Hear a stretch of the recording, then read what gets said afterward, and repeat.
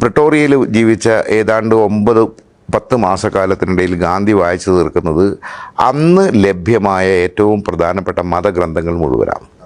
Okay, അപ്പം അത്തരമൊരു വായനക്കാരനെക്കുറിച്ച്, അദ്ദേഹത്തിൻ്റെ വായനയെക്കുറിച്ച് പഠനം തിരിച്ചറിയാത്ത സച്ചിദാനന്ദ മാഷുടെ ഒരു ലേഖനമുണ്ട്, എന്തുകൊണ്ട് ഗാന്ധി.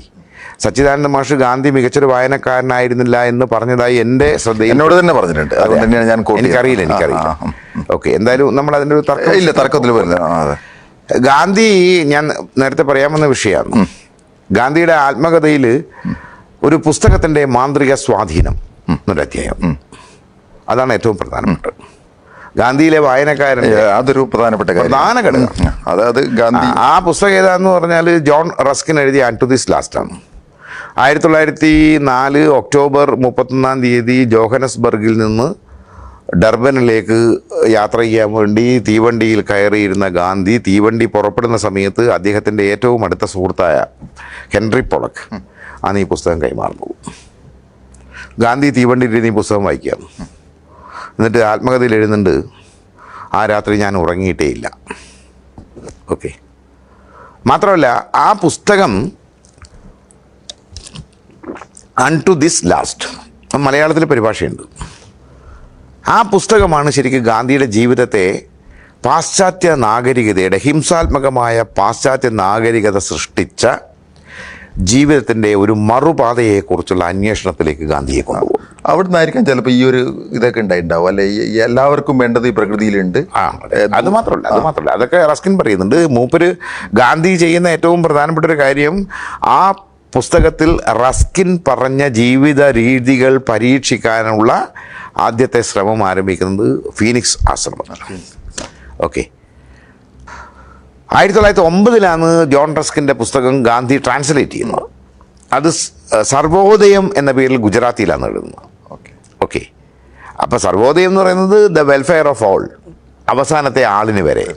ഇത് ഗാന്ധിയുടെ ദർശനത്തിൻ്റെ, രാഷ്ട്രീയ ബോധത്തിൻ്റെ, ധാർമ്മിക നിലപാടുകളുടെ ഒക്കെ ടെക്സ്റ്റ് എന്ന് പറയുന്നത് അവസാനത്തെ ആളിന് വരെ.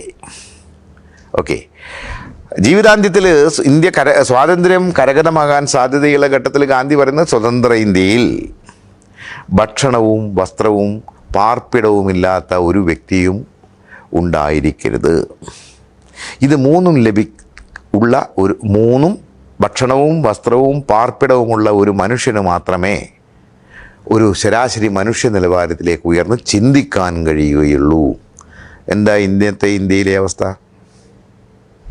ഓക്കെ, അതാണ് ഗാന്ധിയുടെ സ്വരാജ്. ഈ നേരത്തെ പറഞ്ഞ ഭക്ഷണം, വസ്ത്രം, പാർപ്പിടം എന്ന ഈ ഒരു സംഭവം ഉണ്ടല്ലോ, അതിനപ്പുറത്ത് മനുഷ്യന്റെ ചിന്തകൾക്കും മനസ്സിനും ഒക്കെ എത്രത്തോളം ആഴത്തിലേക്ക് ഗാന്ധി ഇറങ്ങി ചെന്നിട്ടുണ്ട്. പിന്നെ ഗാന്ധി പറയുന്നുണ്ട്, my life is one indivisible whole. അതാണ്, എൻ്റെ ജീവിതം അവിഭാജ്യമായ ഒരു സമഗ്രതയാണ്. അതിലെല്ലാം ഉണ്ട്. അതിൽ കലയുണ്ട്, സാഹിത്യമുണ്ട്, രാഷ്ട്രീയമുണ്ട്, സാമ്പത്തികമുണ്ട്, വിദ്യാഭ്യാസമുണ്ട്, പരിസ്ഥിതിയുണ്ട്, പ്രകൃതി സ്നേഹമുണ്ട്, സ്പോർട്സ് ഉണ്ട്. Everything is there. മാത്രമല്ല അതെല്ലാം ഇൻ്റർലിങ്ക്ഡാണ്. Everything is interlinked. ഈ ഒരു ഗാന്ധിയുടെ ജീവിത ദർശനത്തിൻ്റെ സമഗ്രത തിരിച്ചറിയാത്തവർ സന്ദർഭത്തിൽ നിന്ന് അടർത്തി മാറ്റി. അതൊരു പ്രധാനപ്പെട്ട വാചകം തന്നെയാണ്. താങ്കൾ എപ്പോഴും മുന്നോട്ട് വെക്കുന്ന ഒരു പ്രധാനപ്പെട്ട കാര്യം, സന്ദർഭത്തിൽ നിന്ന് അടർത്തി മാറ്റി.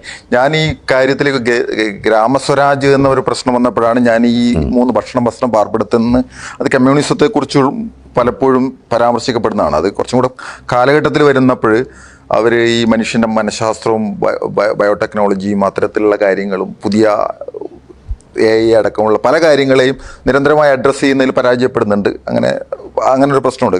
സോവിയറ്റ് യൂണിയൻ്റെ തകർച്ചയുടെ സമയത്ത് തൊഴിലാളി വർഗ സർവാധിപത്യം പാർട്ടി സർവാധിപത്യമായി മാറി, പാർട്ടി സർവാധിപത്യം വ്യക്തിയുടെ സർവാധിപത്യമായി മാറി എന്നൊക്കെയുള്ള പഠനം പോലും ഉണ്ട്.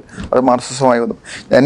എൻ്റെ ചോദ്യം പ്രസക്തമാണെന്ന് താങ്കളുടെ ഈ ഒരു വലിയ പഠനത്തിൽ നിന്ന് തന്നെയാണ്. അപ്പോഴൊക്കെ തന്നെ ഈ ഗ്രാമസ്വരാജ് എന്ന് പറയുന്നൊക്കെ യന്ത്രത്തോടൊക്കെയുള്ള ഗാന്ധിയുടെ, അത് വിമർശനമായിട്ട് കുറേ കാലങ്ങളോളം ആളുകൾ ഉപയോഗിച്ചിട്ടുണ്ടായിരുന്നു. യന്ത്രം മനുഷ്യൻ്റെ കൺട്രോളിൽ വരണം എന്നൊക്കെയുള്ള രീതിയിലുള്ള പ്രയോഗങ്ങളുണ്ട്. ഇപ്പോൾ AI കാലഘട്ടത്തിൽ ആ വാചകങ്ങൾക്ക് പ്രസക്തിയുണ്ട്.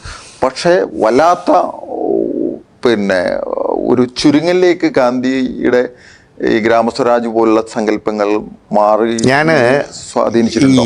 എൻ്റെ പുസ്തകം ഞാൻ കഴിഞ്ഞ 5.5 വർഷക്കാലം നടത്തിയ പഠനം 1915 ഗാന്ധി ദക്ഷിണാഫ്രിക്കയിൽ നിന്ന് ഇന്ത്യയിൽ തിരിച്ചെത്തുന്നവരെയാണ്. ആണ്, തീർച്ചയായിട്ടും. ഓക്കെ, ഇനി ഞാൻ എഴുതാൻ ഉദ്ദേശിക്കുന്നത് 2 വോളിയം കൂടിയാണ്. അതാണ്. അത് 1915 മുതൽ 1935 വരെയും 35 മുതൽ 48 വരെയാണ്. അപ്പൊ എൻ്റെ ഫോക്കസ് പുസ്തകത്തിൽ നമ്മുടെ ചർച്ചയുടെ ഫോക്കസ് ഇതിലേക്ക് തന്നെ, അതിലേക്ക് തന്നെ വരണം, അതിലേക്ക് തന്നെ കൊണ്ടുവരും ഞാൻ. അപ്പൊ ഇത് എവിടത്തേക്ക് വന്നാലും പിന്നെ എൻ്റെ ഒരു കാര്യം എന്ന് വെച്ചാൽ അതിഗംഭീരമായ ഒരു പഠനവുമായിട്ട് ബന്ധപ്പെട്ട് തന്നെയാണ് എൻ്റെ ചോദ്യം വരുന്നത്. അതിലേക്ക് തന്നെയാണ്. അപ്പോൾ എന്നാൽ പോലും അതിൻ്റെ ഇടയിൽ വരുന്ന ചില ചോദ്യങ്ങളിലൂടെ കൊണ്ടുപോകുക എന്ന് കരുതിയിട്ടാണ്. തീർച്ചയായിട്ടും അതിലേക്ക് തന്നെ കൊണ്ടുവരാം. അപ്പോൾ ഞാൻ ഈ പറഞ്ഞ ഗ്രാമസ്വരാജ് നമുക്ക് ആ രീതിയിൽ പറയാമല്ലോ, അല്ലേ? നേരത്തെ പറഞ്ഞതുപോലെ തന്നെ ഒരു ചോദ്യമായിട്ട് തന്നെ കൊണ്ടുവരാമല്ലോ.